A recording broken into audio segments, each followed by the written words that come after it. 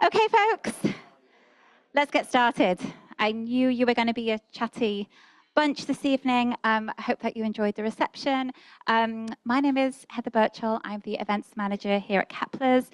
Thank you all so much for coming and supporting our programs. We could not have author events without people like you coming out in the evening to see all these great people we bring up onto the stage. So thank you. Dora LaFlora is going to do the main introduction this evening. But I just wanted you all to know that this is the first time that we have collaborated with Bay Area Book Festival, which is the most extraordinary festival. It's been taking place for 11 years now up in Berkeley. It is the most incredible author event. So if you haven't been already, you should definitely go to that. And I'm now going to hand the microphone over. Dora LaFlora is going to introduce our speakers. She is Deputy Director of Programs for the Bay Area Book Festival. Thank you, Dora. All right. Hey, everybody. Good evening. And thank you so much, Heather, for having us. We're so excited to be here in community at Kepler's. And we hope this is the first of many, many good collaborations between the Bay Area Book Festival and you lovely folks down here in Menlo Park. So thank you for having us. My name is Dora. I do programs for the Bay Area Book Festival. And I just wanted to highlight that we are back at not being only a festival. We now also do year-round events. So if you can't wait till May to come and see us up in the East Bay, I want to highlight a couple of good events coming up that I think might be of interest to you. So first of all, raise your hand if you're a writer or somebody who's working on becoming a writer. Yeah, okay, a few think, okay. Well, I've got resources for you so you can bravely, put up your hands in the future. We actually right now are running an auction online to raise money for our events. But what we've done is we gathered 40 fantastic service items for people that are writing or looking to learn more about writing. We have everything from one-on-one coaching, manuscript review, private writers' workshops for small groups. You can gather a group of friends and just enjoy a day of learning to write together. The auction is run until September 15. It's all online, and you can go and bid and support us on our website. There are QR codes around here, or you could just go to baybookfest.org. Second exciting thing is we're launching a quarterly speaker series in Oakland. We are calling it the Merit Dialogue Speaker Series. And the idea is kind of to have two thinkers whose viewpoints may align or may not engage in a dialogue that engenders critical thinking and deepens understanding of complex issues. The launch event is on October 8th with speakers Rebecca Solnit and Steve Phillips.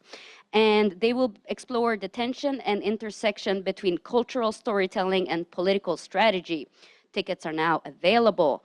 One exciting event after that is on November 6th. We are featuring author and scholar Nicholas Boggs, and he will be in conversation with Keenan Norris, and they will be discussing Boggs's new groundbreaking book about Baldwin. It's called Baldwin, A Love Story. And this will take place on November 6th. And finally, mark your calendars for December, because we will have not one, but two smaller book fairs right in time for your Christmas shopping. We are joining forces with the Social Justice Children's Book Fair to bring you a fair full of socially conscious and independent children's books. And that is on December 6th. And the weekend after, on December 13th, we will be holding an event called Pints and Pages, a small press holiday book market at Two Pitchers Brewery. So you can come grab a beer, grab something to eat, support local presses, and just enjoy your local community with us. So having said all that, it is now my pleasure to introduce the moderator of this important event.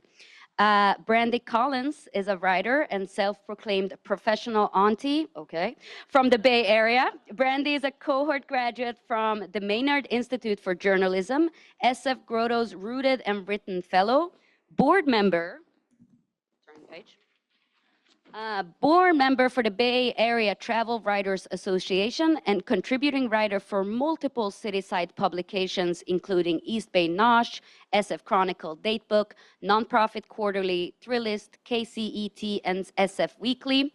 She's also the founder and host of the I Have Questions podcast, so we'll be in good hands tonight. All right, give it up for Brandy.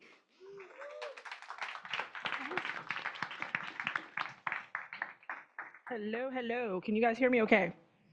Yes? Are you sure? All right, I want to make sure that we can all hear each other. Hello, I'm going to be your moderator and host today. I'm going to welcome our two guests, our authors. And before I even start, I'm going to remind you that you can go ahead and purchase those books whenever you're ready to, the whole time. First up, we're going to introduce Carol De Robertis, a writer of Uruguayan origins and the author of 6 novels, including The Palace of Eros, Cantoris, and some other books. Their books have been translated into 17 languages, that's impressive, and have received honors, including the Stonewall Book Awards and the John Dos Passos Prize for Literature, which they were first openly non-binary, the first openly non-binary writer to receive. De Robertis is also an award-winning literary translator and professor at San Francisco State University. So Many Stars is our book, the newest book. So Many Stars, an oral history of trans, non-binary, genderqueer, and two-spirit people of color. So give a round of applause for Carol. And we're also welcoming Nico Lang, the creator of Queer News Daily and an award-winning reporter, editor, essayist, author, and critic. You can read their work in Rolling Stone, Esquire, Teen Vogue, Them, The Advocate, Vice, The Wall Street Journal, Out, The Daily Beast, HuffPost, formerly known as Huffington Post, BuzzFeed News, and the LA Times. Their newest book, American Teenager: How Trans Kids Are Surviving Hate and Finding Joy in a Turbulent Era, chronicles trans youth living their lives in 7 states across the United States. Both books, again, are on sale. If you feel like you need to stretch and walk around, please make sure you purchase those books. They're up front and ready for you to purchase. Some are also signed. So I would like to welcome both of our authors, Nico Lang and Carol De Robertis.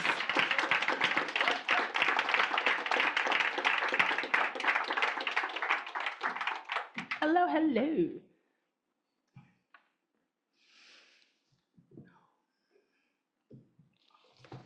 Okay. We were having some good discussion ahead of this, and I'm realizing that both of your books, while similar, this is a talk about intergenerational, and both books have different spaces for youth as well as a little bit older. So I want to start off this talk with what got you to this place of writing these books? My story is kind of long, so do you want to go before or after the long story? After.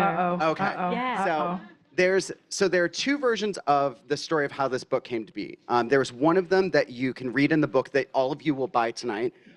Please. Did you know actually in California it's legal to buy many copies? You can buy as many copies as you want. As many copies as you want and give them away. Christmas is coming, right? So great to live in California, you know?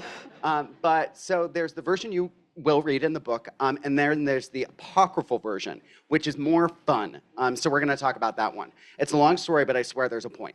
I, many moons ago, took this job that was super cushy and in a lot of ways my dream job, right? But the problem was, as often happens, it took one guy, one jerk to ruin it for everybody, and that just happened to be my boss, who is an evil, horrible man. Wait, is he in the audience? I'm doing a scan. Well, if he is, you might want to have him pay. Yeah, he can pay double for the book, triple. Right. Okay, cool. No, we're good, we're safe.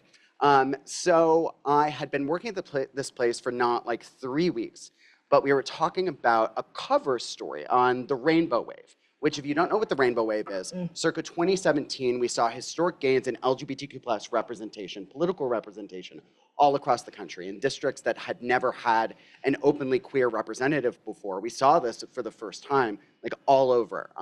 And that at the time was very much like my beat as a reporter. You know, as you heard from hearing all of my clips, you know, I've been doing this for a long time, and that was sort of what I built my brand and my name on. So I thought if we were talking about a cover story for it, I naively was like, oh, he wants me to write it, and he doesn't know how to ask because he's too shy. No, that's not it. So I jumped in and I was like, oh, you know, if you want me to write it, I'm happy to do that. That would be fine. I didn't want to write it. I had a lot on my plate, but I wanted to make this man happy, so I would do it. And he says, oh, no, I'm sorry. That's not what I'm looking for. I was really looking for one of those A-list writer types to write it, you know? Yeah, thank you to that person who said, ew. So I gaslit myself. I was like, no, my boss who helps pay my bills doesn't think I'm doo-doo. But like, God, not a month later, we were hiring for an aggregation writer for our site, which if you don't know what that is. Wait, is this for Queer News or the other one? Queer News Daily is just me. Okay, I ain't got no got employees. it. Okay, go. It's literally just whatever memes I happen to see today. Got you, okay. I'm just going to and say it's so life-giving. I love following it on Instagram. It's incredible. Everyone should follow it on Instagram. Queer News Daily. You heard it here. So we were hiring for an aggregation writer for the site, which is basically just, if you don't know what that is, it's like CNN reports something and then you do your own version saying like, right, CNN reported this thing. It's really not like sexy. It's like the Siberia of journalism. Everyone hates it. But that job was going to pay really well. And I knew this writer who I love, Samantha Allen, who's the blurb on my cover. She needed a job, and it was like, oh, let's give the fabulous translative reporter some money, right?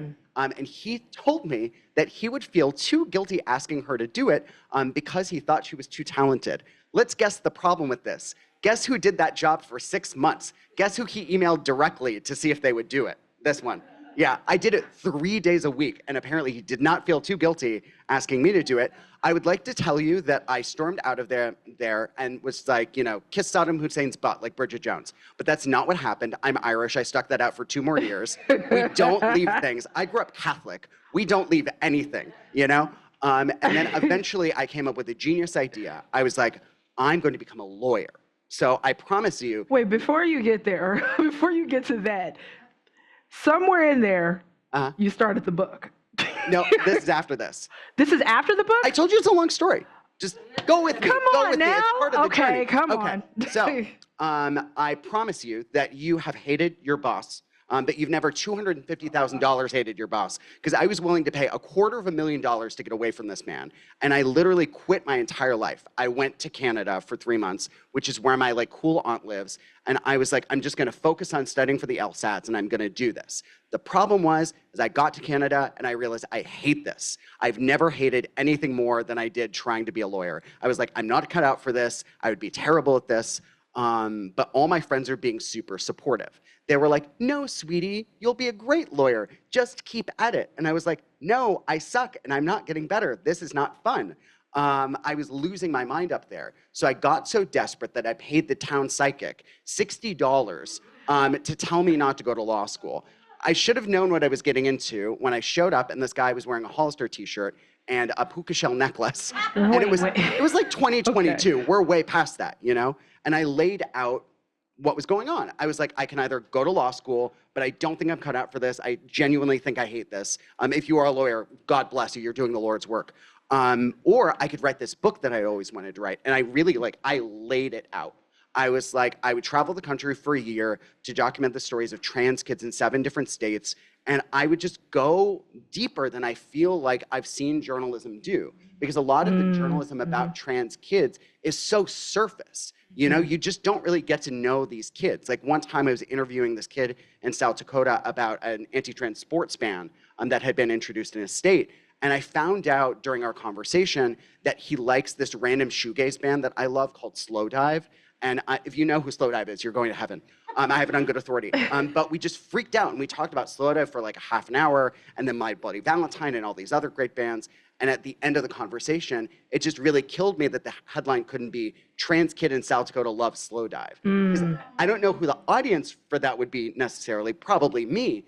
But like, I just felt like it was the way that trans kids never get to be seen as like full human beings with like likes, dislikes, interests, hopes, dreams, just like everyone else. And I wanted to give them that with this book. I just wanted to be able them to be able to see themselves as fully embodied humans, just like everyone else. And I'm doing my elevator pitch, I'm on my game, and I think, I'm like, all right, we did it. He's gonna tell me not to go to law school.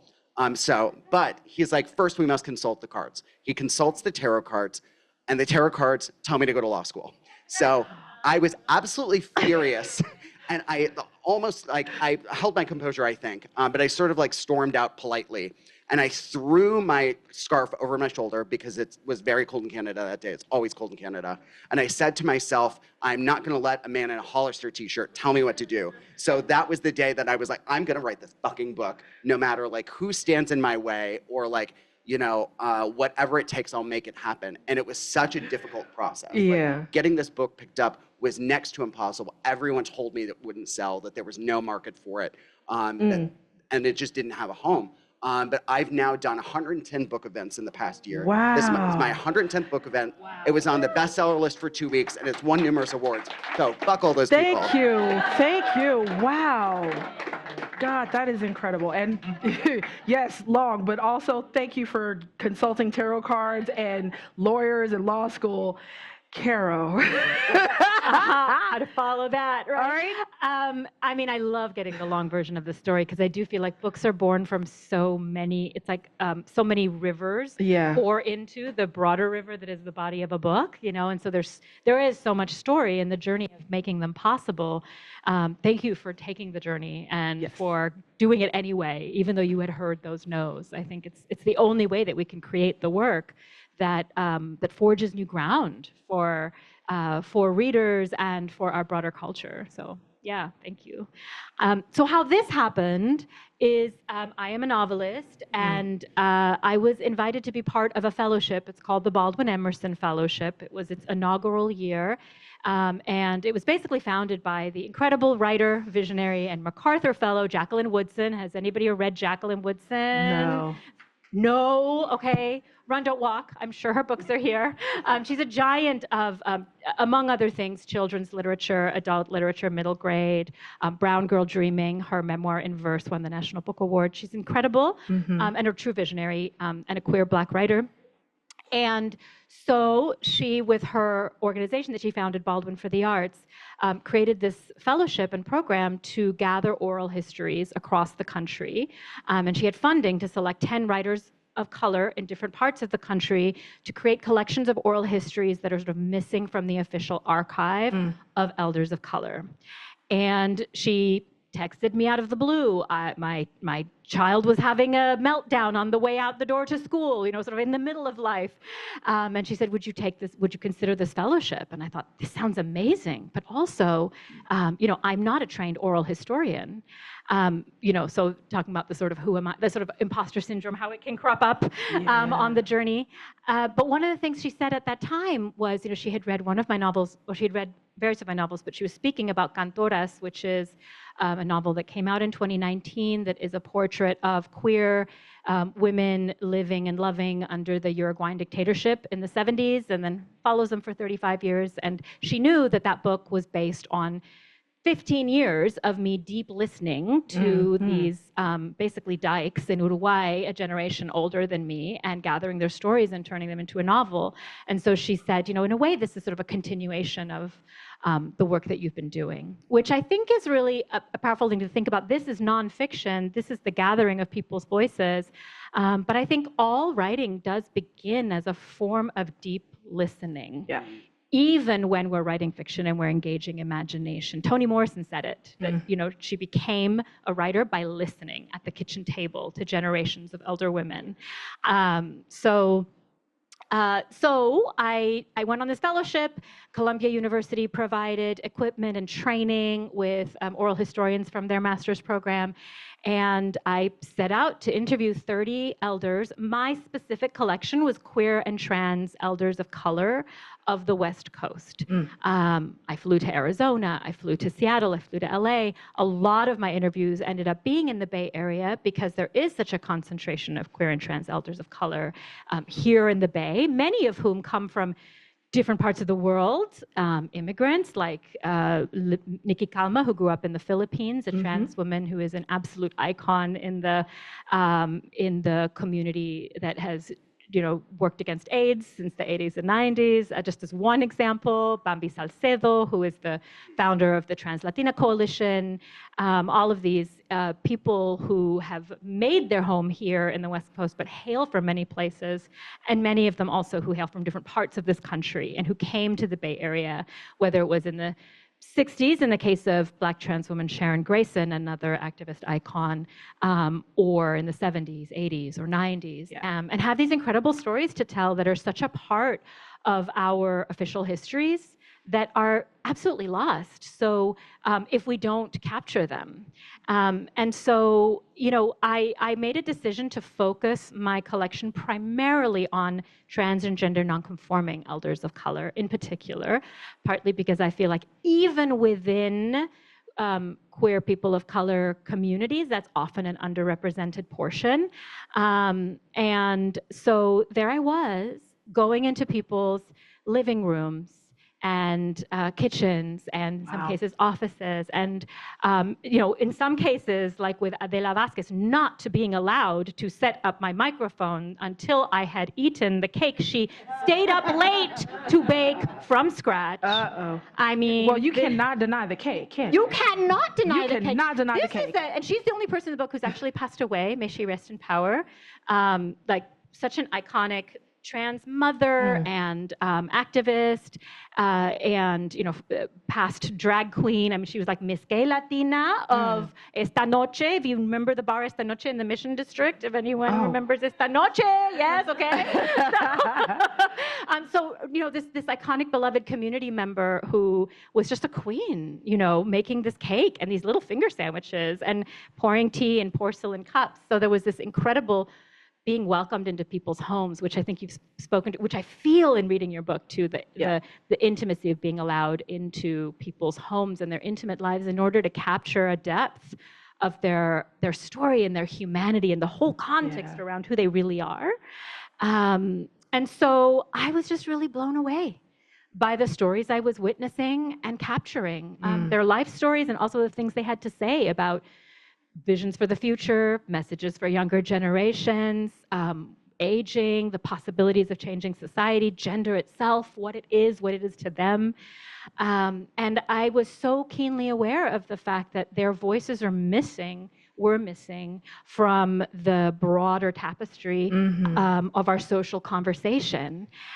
Not because these folks haven't existed, right? Because trans and gender nonconforming folks have always been here. Yeah. We have always been part of every culture in every part of the world, but our stories have been systemically erased. And so even when we look at mainstream news, it's true that the focus on trans youth is often very reductive and doesn't give us all of the beauty and idiosyncrasy of who they are as people. But the focus is often on youth and on white youth in a way that suggests that, or that implies that transness is a fad of the young, right? That non-binariness just sort of popped up out of nowhere. And if it's a fad, it can be more easily dismissed. And so, given that nothing could be further from the truth, as I was listening to people, I knew that my interviews would be part of an online archive, and it is. The whole interviews are available online, but because I'm a novelist, I think in books, and I thought I really want to find a way to put these voices into a book together so they can exist more in the world. Yeah, thank you. I'm like, long story too. No, I know. No. That's what we're here for, is the long story. It's like, that's why we're authors. That's what we're. Yeah, we've all got long stories. I do want to make sure that I identify what LGBTQIA stands for.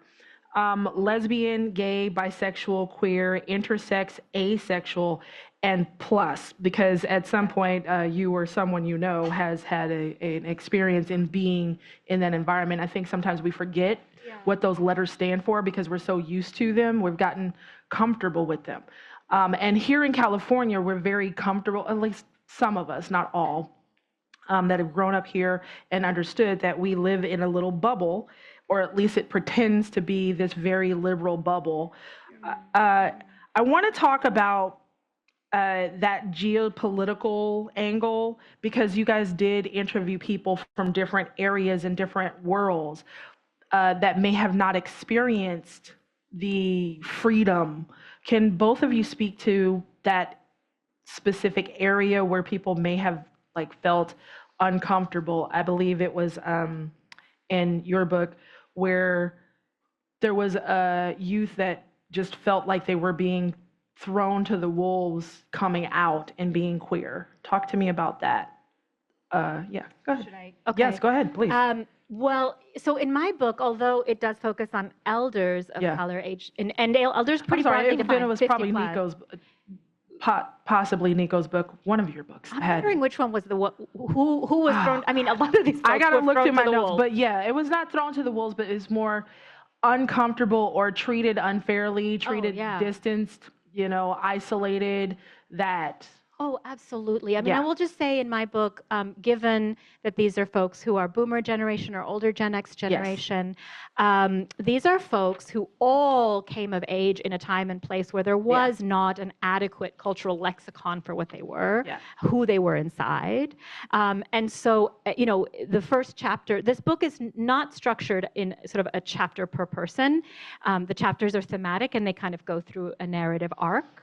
So I wanted people to sort of be able to immerse in a broader narrative. So the first chapter is Glimmers in Childhood, and it's a compilation of their voices weaving together around what it was like to experience their full gender in childhood. And every single one of these people felt their true gender and experienced it in a manner that was beyond language, without mirrors, or maybe there was one mirror. Like there was this, like back to Nikki Kama in the Philippines, she tells the story of being 13 years old and going with her family to this hotel in the mountains, and there's this trans woman playing the organ, and she just kind of looks up at her and she's like, oh she didn't know yet, this is my future, this is my world, but just that one little experience kind of shaped her. But for many of them, there is that thrown to the wolves. There is that kind of coming to self-understanding through these intimate moments with themselves, through gender euphoria in a particular moment where they've been able to.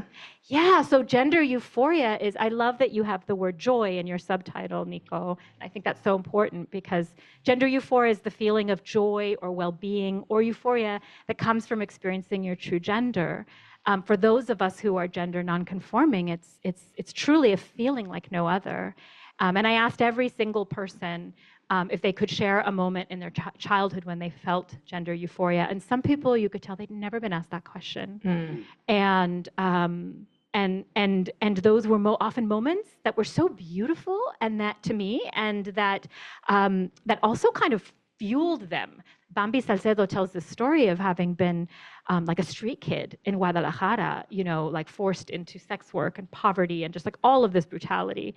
And then at 12 years old, finds this group of queer kids in the park, and they're like, we're all going to this party at this HIV kind of gay positive nonprofit that hosts parties at night for queers. And they're like, we're all gonna go get dressed. And she puts on a dress for the first time.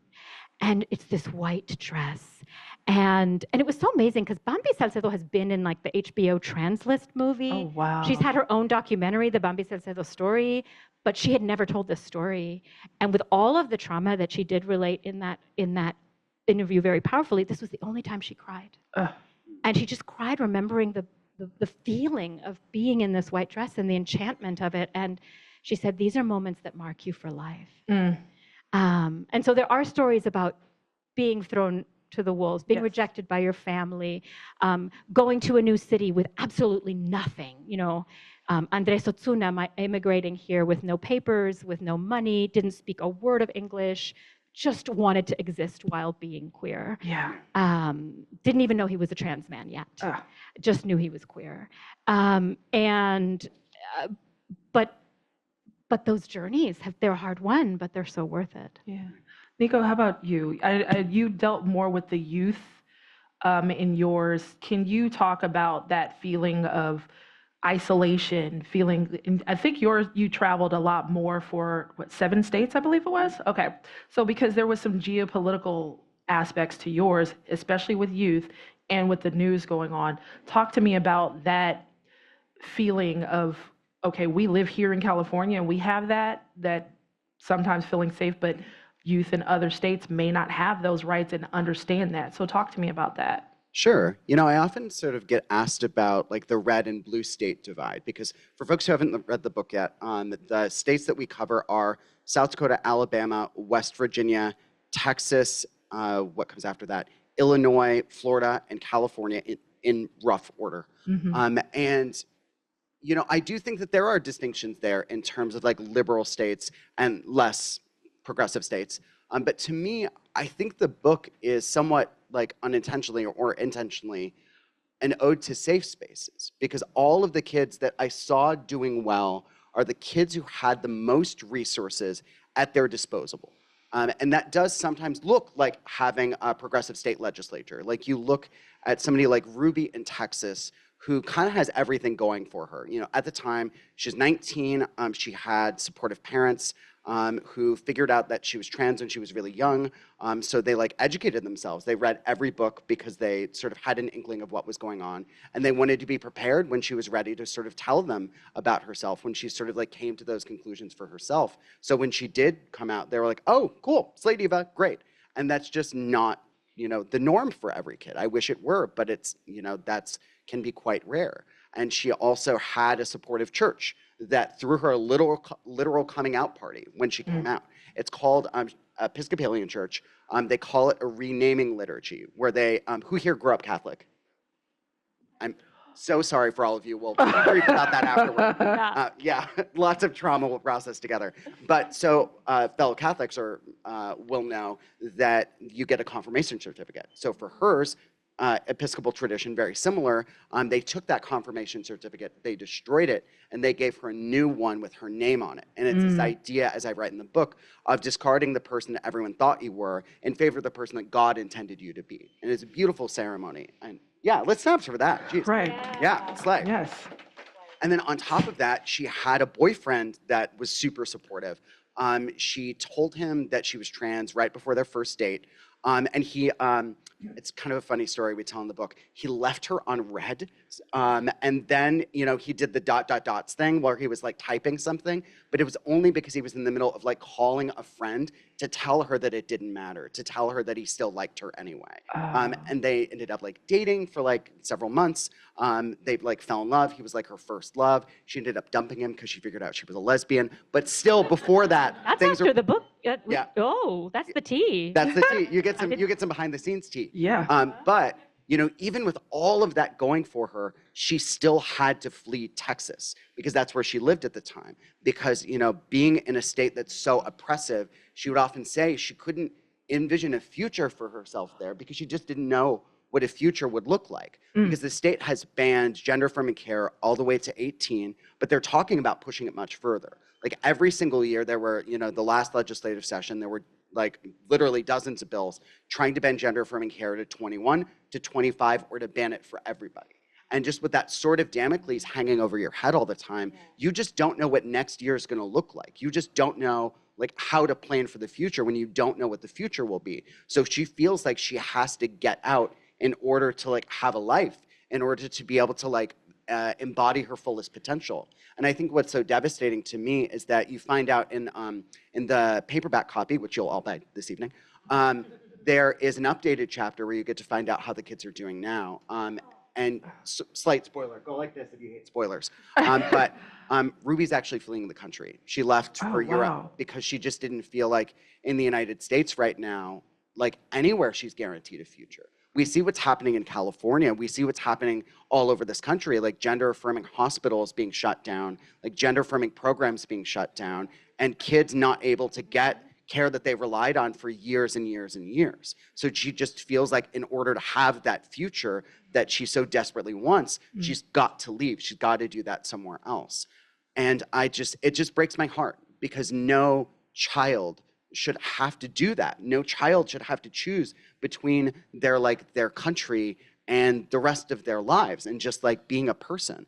Like, it's interesting because Molly, who's Ruby's mom, people will often tell her when they learn that Ruby's now going to college in Europe, they'll be like, oh my God, what an adventure, like college in Europe. Oh, how incredible. And Molly just wants to scream. She's like, no, not incredible, actually. Like she's being forced out of her own country. She's being forced to leave behind all the people she loves. When she went to her new school, she'd never even been to that country before. She'd never stepped foot there. She barely even spoke the language. They had to send her to an immersive school in order to teach her the language of the place that she's now going to be living. It's a horrible thing. It's a horrible thing to have to sacrifice. And so many of these kids are having to do it every day. But I think the thing I hope to do is I hope to keep fighting for those safe spaces. I hope that those spaces can exist in the US one day because I've seen from these kids what a benefit it can be. I've seen how much they grow, like how much it means to them. Like for Ridian, I'm in Alabama, sort of the flip side of this is that, you know, he went to, I always butcher the name, the Magic City Acceptance Academy, which is one of 2 explicitly LGBTQ plus affirming schools in the entire country. And in Birmingham, Alabama. What a slay. Sorry I say slay a lot now. This is what happens when you hang out with kids.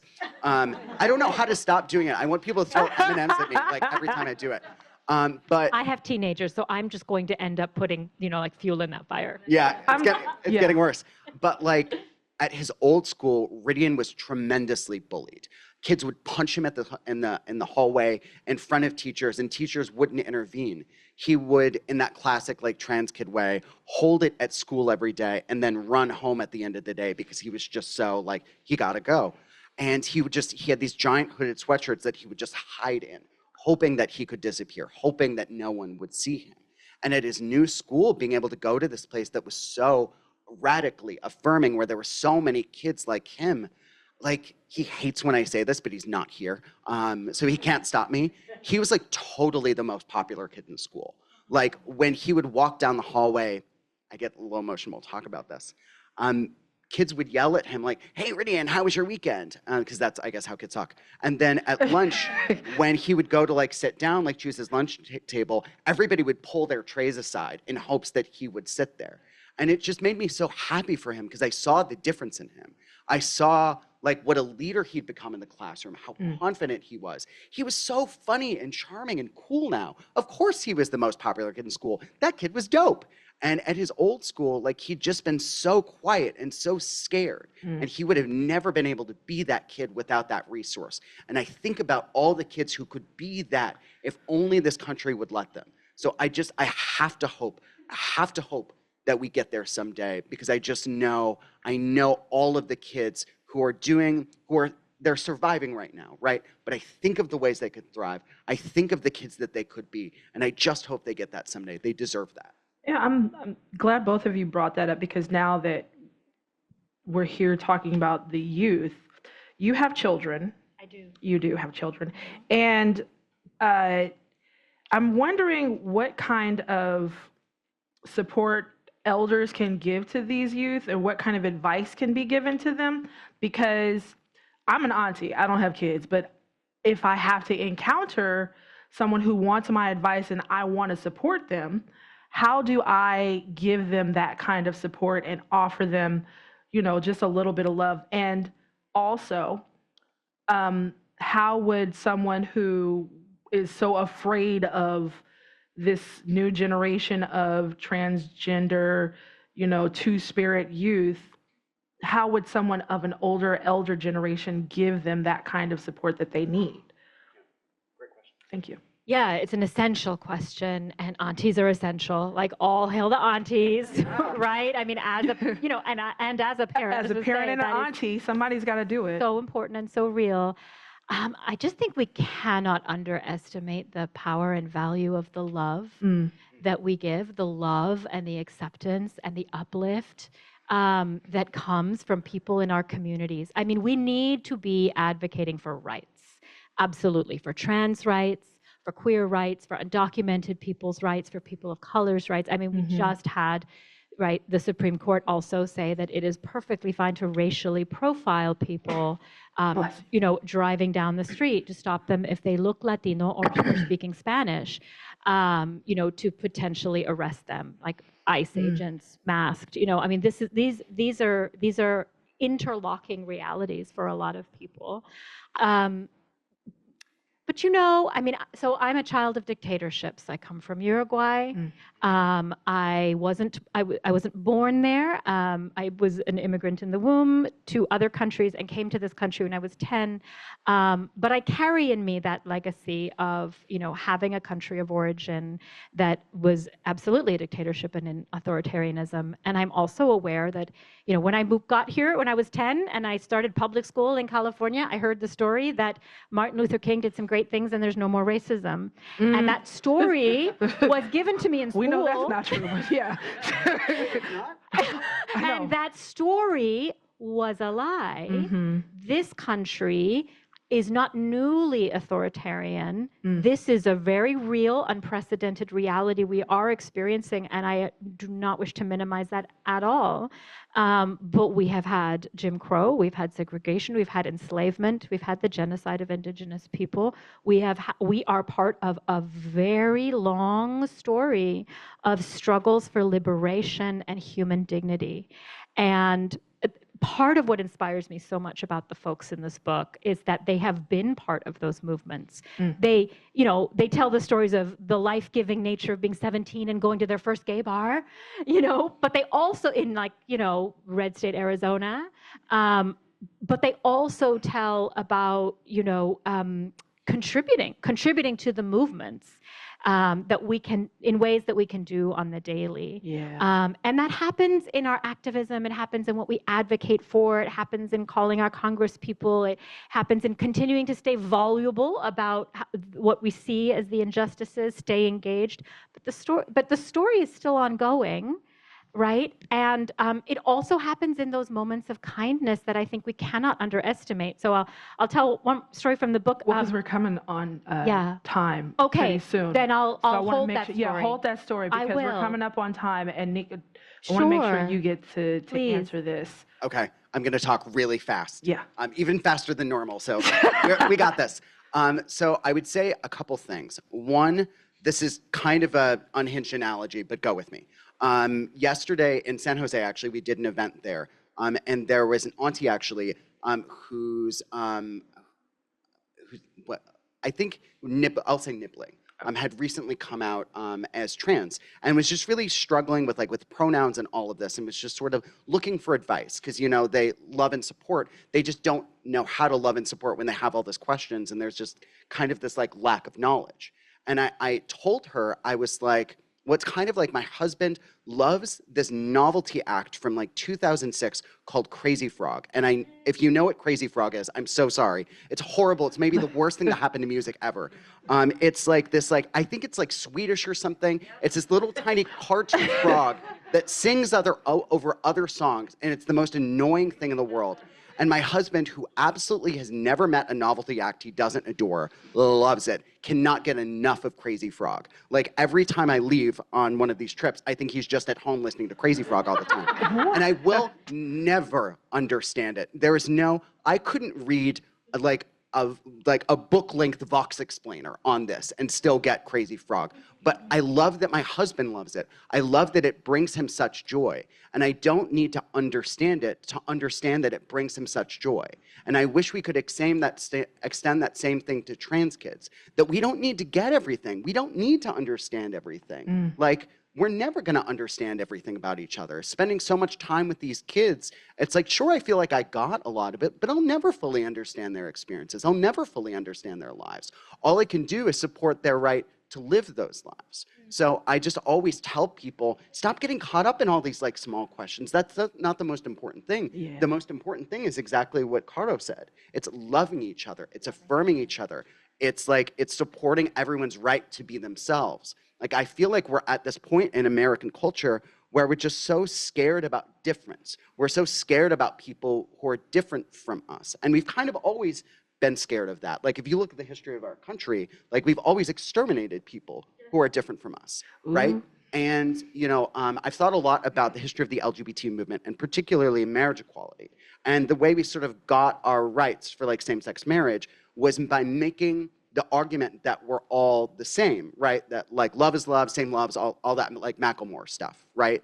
But I realized— Did you say Macklemore? Macklemore? Like thrift shop Macklemore, that one? Well, he also did that same love song about— Oh God, I don't remember that. about how one. being Wow. gay is really sad. Yeah, it's a whole thing. Oh, Google God. it We'll later. talk about it later. Yeah, but I realized from writing this book, I think what these kids taught me, that's never what we've been fighting for. That's not what they're fighting for, and that's not what I'm fighting for. I'm not fighting to be the same as anyone else. Like, I'm not fighting for that I should get rights because I'm just like you or just like you. Like, I should get rights because I'm me. And it's the same with these kids. These kids should get rights because every single American deserves rights. It's literally the Constitution. And I hope we get to a point in America where we can all just let each other walk whatever path we want to walk and love each other for that. Even if it's like in Crazy Frog.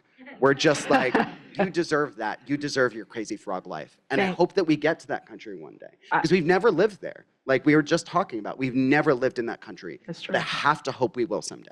I think we will. I think we're coming closer to it. And we co-create it every day through Yeah. that loving and through that visioning and, coming together. Yes, thank you. Thank you both.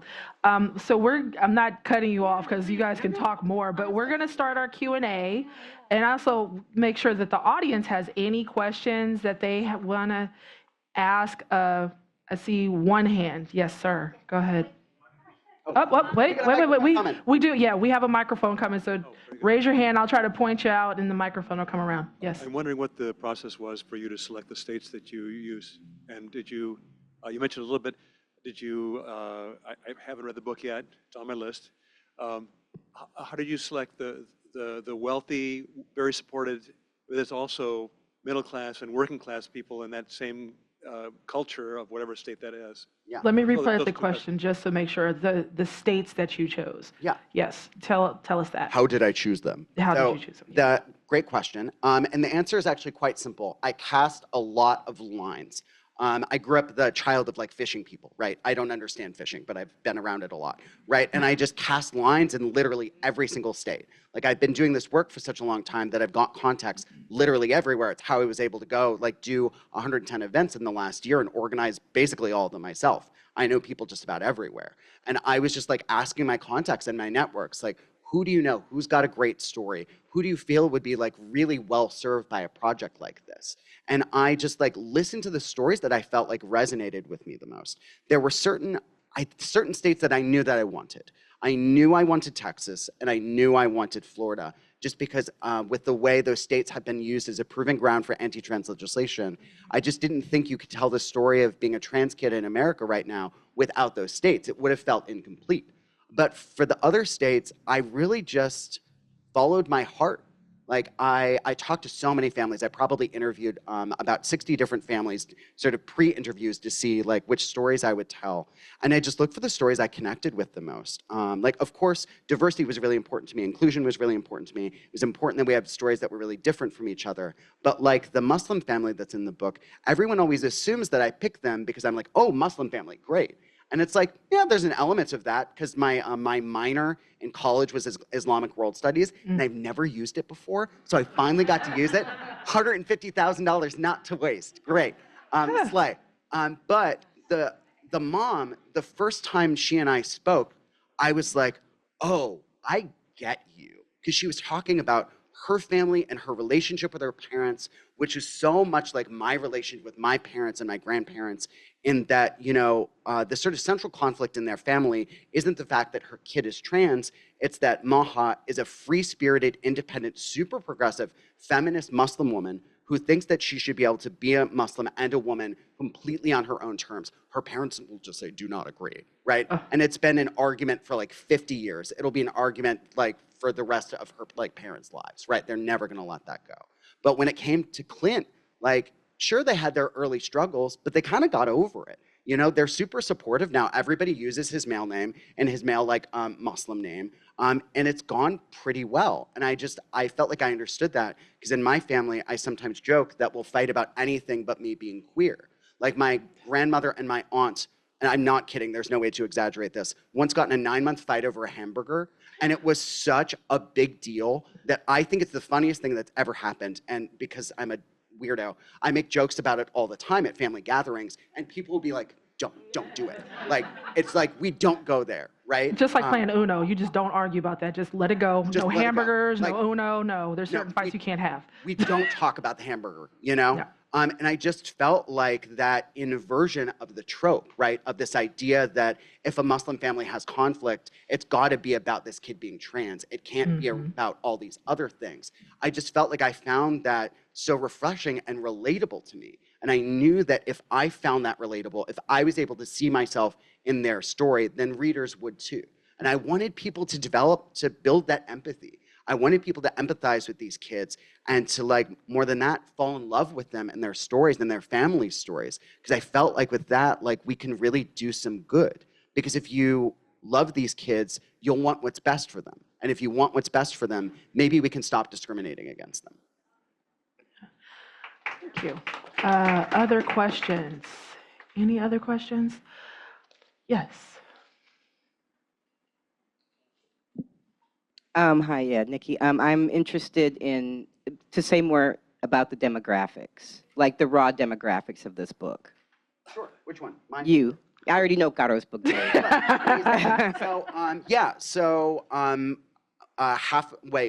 So we've got 7 families. 4 of them are families of color. We've got 2 AAPI families. That's Asian American Pacific Islander. That was really important to me just because even as a non-AAPI person, I've noticed how little representation there's been in the, like, from a nonfiction perspective, like in the trans AAPI space. And I just wanted to see more stories. Like, I just wanted to see more representation. And I knew that if I had a hunger and a desire for that, then people of that experience would doubly so, triply so. And I just wanted people, when they open this book, to see stories that they'd never heard before. That just felt, it felt like a good gift to give people. Another one of the families of color, the kid Micah lives in rural Appalachia with his mom, they use fluid pronouns. So mom, white lesbian, and then Micah is black and biracial. And I also loved getting to tell an Appalachian story as somebody who grew up in Appalachia. And I just felt like Micah embodied so many of these intersections that I felt like we never really get to talk about. Not only their Appalachian identity, not only her, like, queer and trans identity, but also being, like, tremendously poor. Like, their family was really economically struggling.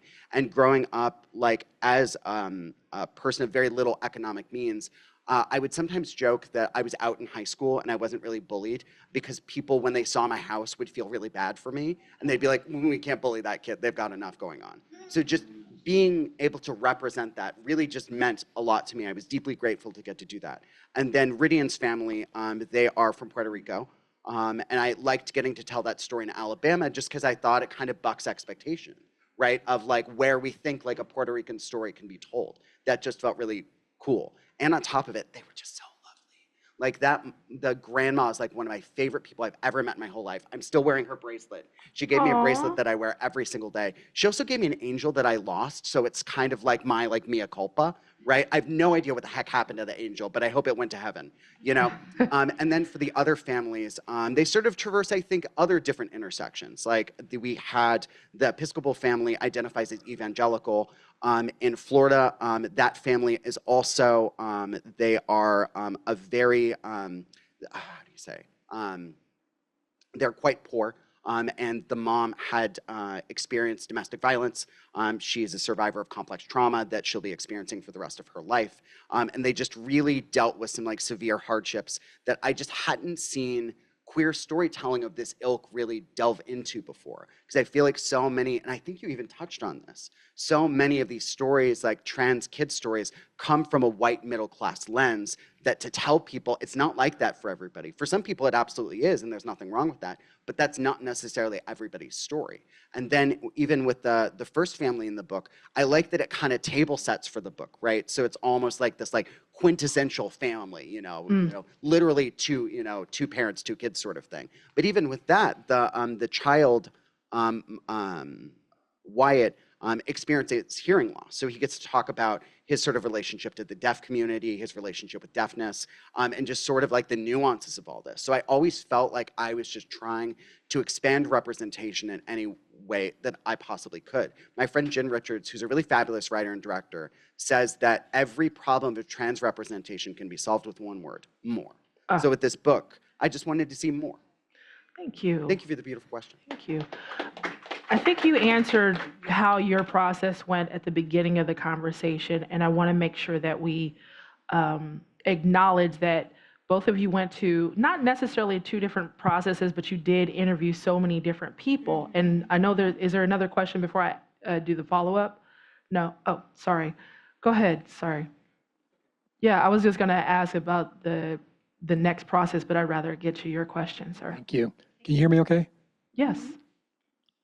Is there an appropriate way to ask a transgender person what life is like as a transgender person? Does that make sense? That's a great question. I think that we hold back questions often for fear of saying the wrong thing or whatever, but I really want to know more, but I don't know how to ask.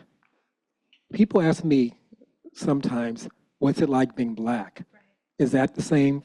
Can I ask the same question of trans folks? Let me rephrase that question just to shorten it up. What is it asking the question of what is it like, or how to ask the question, what is it like to be trans or transgender, intersex? Yeah. Yeah, it's a really wonderful question, and I thank you for it. And I, I hear the care and the thoughtfulness and heart behind the question. And I think certainly if you ask 20 trans people, you'll get at least 20, if not 50, answers to this question. Which could be the corollary that you just brought up yourself of, like, if you ask 20 Black people, you might not get the same answer each time, right? Or 20 Latinx folks. But I would say it depends. It very much depends, but it depends on the relationship you have with somebody, right? If you see somebody on the street and you perceive them as trans and you go up to them and you just sort of ask them to, ask them to spend their time telling you what it's like to be them, that could conceivably feel, invasive or an interruption or not for them, especially because, as we've been talking about, all of our marginalized identities right now, especially in our social time where there's so much social hostility, it's a lot to just get through our days, right? And sometimes we just want to get the cup of coffee that we came into the cafe for, or whatever it might be, right? So there's that. But if you're in an ongoing relationship with somebody you care about, somebody in your community, I think you can always ask in a manner that is an invitation and ask permission, right? If there's somebody in your life and you're like, are you open to having a conversation about what it's like for you? I would love to hear more about your experience if you feel available to share. Right? And I would just say, for those of us who have other marginalized identities, what would it, would you be open to asking yourself, if I may, right? If somebody asks you, can I ask you about what it's like to be Black in this world? You might, it's depends on the day or depends on who, how would you want to be asked that question? And that those of us who have a marginalized identity have within us maybe a fount of wisdom about how those things could be broached with respect in a relationship. And then I would also say for myself that when there are, as a non-Black person, as a white presenting Latinx person, I am deeply, profoundly Latinx, and I also know I walk in the world with white privilege. And knowing that, I have done a ton of deep learning that is ongoing and lifelong about what it's like to be Black, to be brown, to be many other things in this society.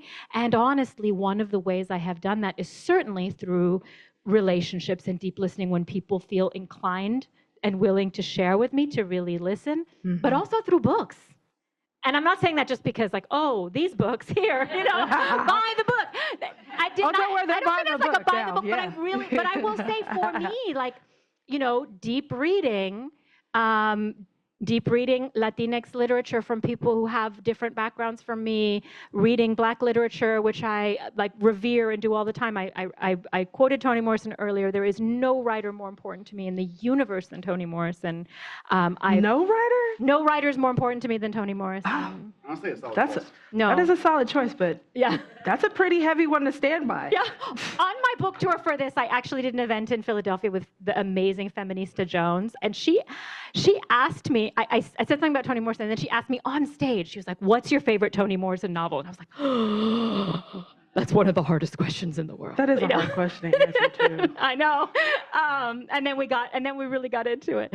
But there is no one more important to me than her. And that doesn't mean that I understand what it's like to walk in the world as a Black person. But I bring that up to say we can gain so much from books which allow us into the internal universes of people that are different from us. It's part of the joy. You know, children's literature has had this beautiful "we need diverse books" movement, in which it has brought forward this important point that children need both mirrors and windows in reading, and marginalized kids often get more windows.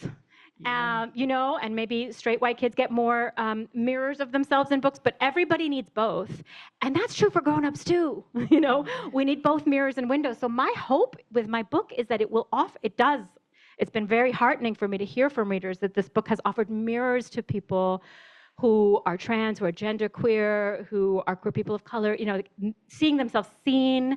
Like when I was interviewed on Code Switch on NPR by a transmasculine person of color who was like, I have not seen this many different voices on what it is to be Black or Latinx and transmasculine, and I needed this. That was a moment of mirrors. Yeah. But for other people, this book might be full of windows, or other books, they might be full of windows that can also offer those kinds of answers to those very reasonable questions that you might be carrying. Thank you. Thank you for that.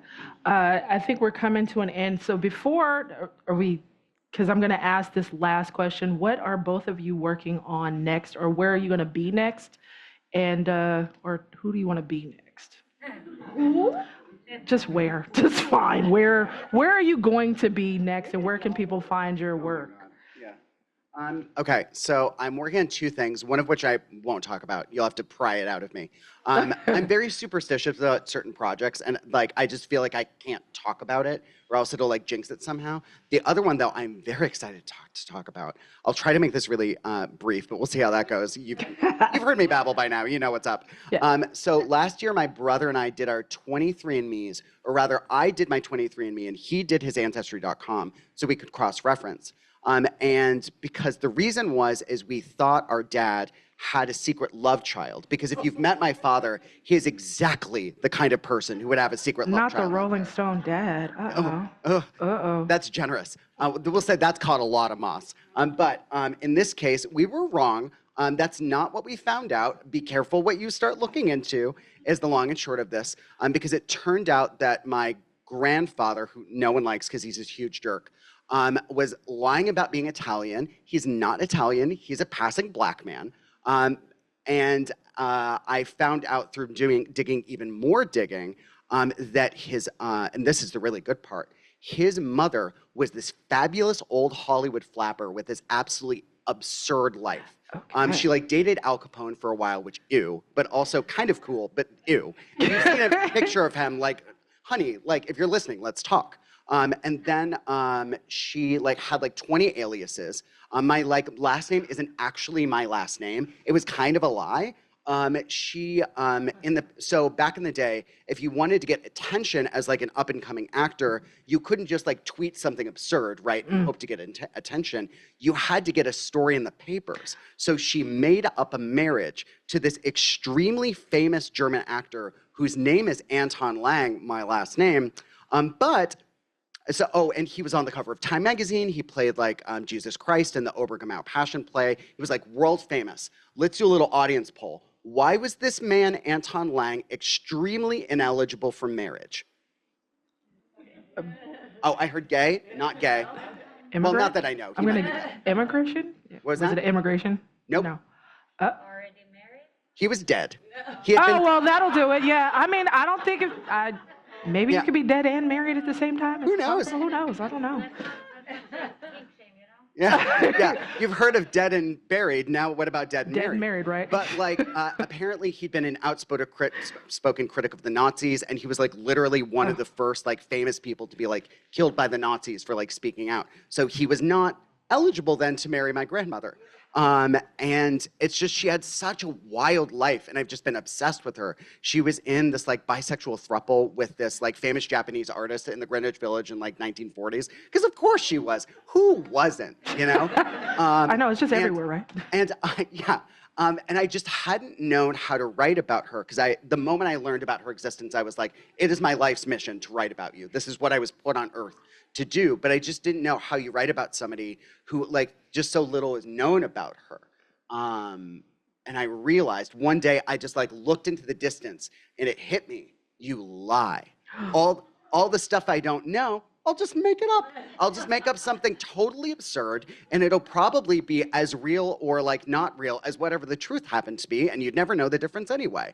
And I'm just gonna make her as fabulous as humanly possible. I've decided that she should be the first Black woman in space, and I'm currently trying to figure out how to get her there. I haven't cracked the puzzle, but I know at some point Vanessa has to go to space. Of course. It's just like, it's her journey, you know? And NASA, those racists have just been covering it up all this time because they just couldn't let a Black woman go to space. Well, how does a Black woman get her hair done in space anyway? That's a great question that I will have to figure out. There you go. I'm helping you out now. But I'm just so deeply grateful to get to like write this woman's story, just because I find it actually profoundly inspirational and aspirational, because, you know, she lived during a time in which Black women were like legally told that they couldn't have anything. Like, women at all weren't even allowed to have bank accounts until the 1970s. And like, you know, she couldn't vote, she couldn't do this, she couldn't do that, she couldn't hold property. And like, the fact that she was able to still have this absolutely incredible life and to wreak havoc over all of Southern California, I just think is absolutely incredible. And I just like, it was her like greatest wish to be famous and like have her name in headlines. And she never got that. And I'm like, I want to give her that.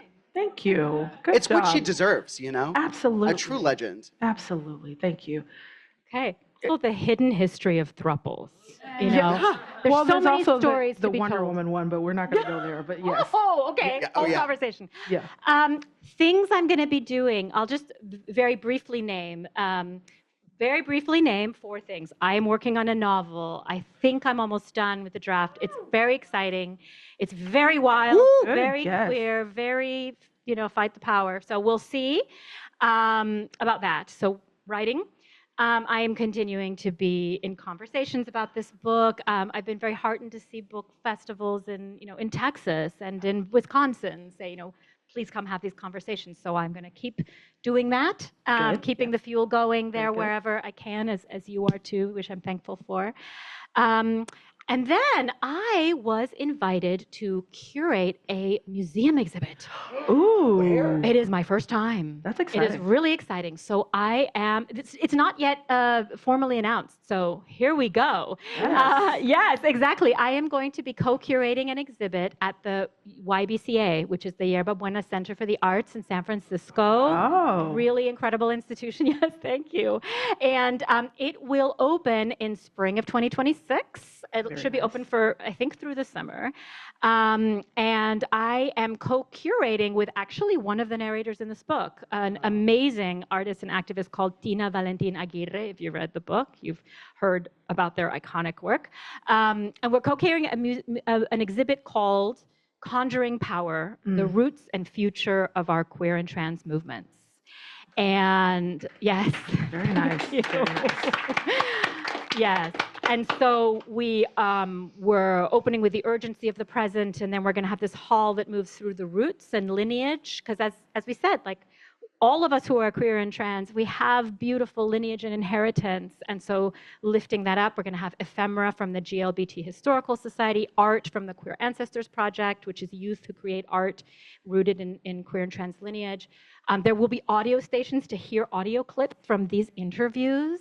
And then we're going to have a section that's about the future and how we all can engage in co-creating the future of queer and trans culture, because we are here, we have always existed, and we will be in the future. And so Thank you. We're commissioning art from some incredible artists to vision our future in big paintings. So please come if you can. Keep your eye out for spring of 2026 in the YPCA. So it's another way to really uplift and celebrate and foment culture and love and liberation. Thank you. Yeah. Thank you. Wonderful. Give it up for both of our authors. Make sure that you